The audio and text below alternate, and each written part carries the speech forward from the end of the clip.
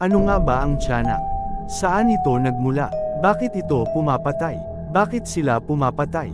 At paanong ang isang inosenteng sanggol ay makakayang magdala ng takot at panganib sa mga manglalakbay at mga tao na makakarinig ng pag-iyak nito?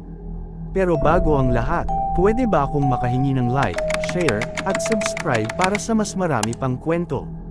Ang tiyanak ay isang nilalang sa mitolohiya ng Pilipinas na gumagaya sa anyo ng isang bata. Karaniwang nitong hinuhubog ang sarili bilang isang bagong silang na sanggol at umiiyak katulad nito upang mahikayat ang mga walang kamalay-malay na mga manlalakbay. Kapag dinampot ng isang biktima, nagbabalik ito sa tunay na kaanyuhan at aatakihin ang biktima. Bukod sa paglaslas sa mga biktima, natutuwa rin ang tiyanak sa pagliligaw ng landas ng mga naglalakbay, o pagdukot sa mga bata. Ang isang sanggol na bata na nakunan sa sinapupunan, ipinalaglag ng kanyang ina, o kaya'y namatay ng hindi binibinyagan ay sinasabing maaring maging isang tiyanak. Madalas itong maitampok sa mga pelikula. Ang kwento ay mga inang nagpapalaglag dahil hindi sinasadyang mabuntis o hindi pa handa para magkaroon ng anak. Ginagamit ng masamang espiritu ang katawan ng sanggol upang umatake ng biktima. Ang tiyanak ay diyamanong kumakain ng lamang loob ng tao at umiinom ng dugo nito.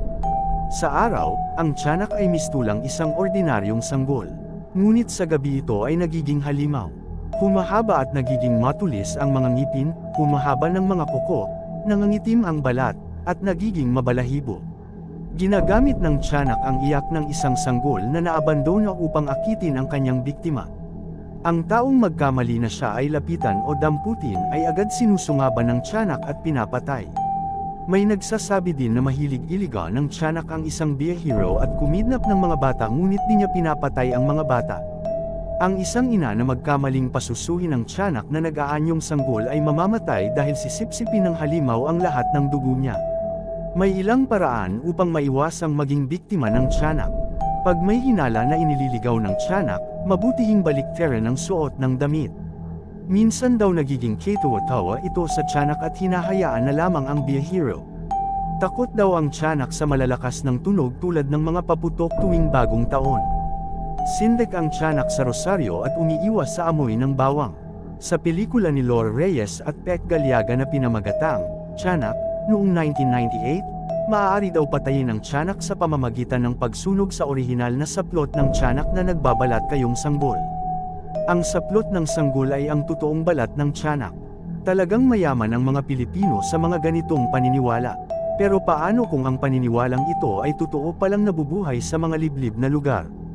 At sa lugar kung saan hindi pa masyadong madami ang tao? Paano kung ang mga nilalang na ito ay maghangad na pumunta sa mga lugar kung saan tayo naninirahan? At paano kung isang gabi, habang ikaw ay naglalakad sa isang madilim na daan, ay may marinig kang iyak ng isang sanggol? Ano ang iyong gagawin? Tutulungan mo ba ang isang inosenteng sanggol? Maraming salamat sa panunood.